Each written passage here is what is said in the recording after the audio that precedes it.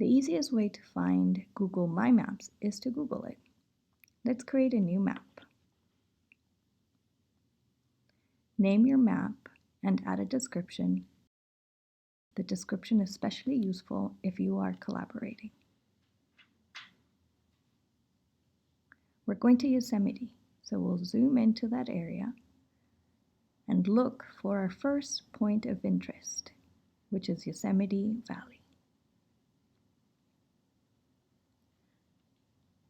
Let's add this point to the map. We're going to add a note, and we're also going to change the color of the icon to make it more obvious. Let's name this layer Layer 1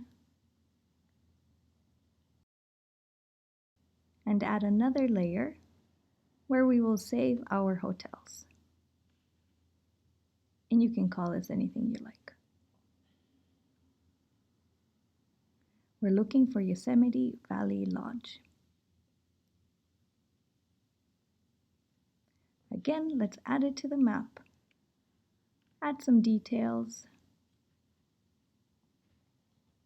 Save that.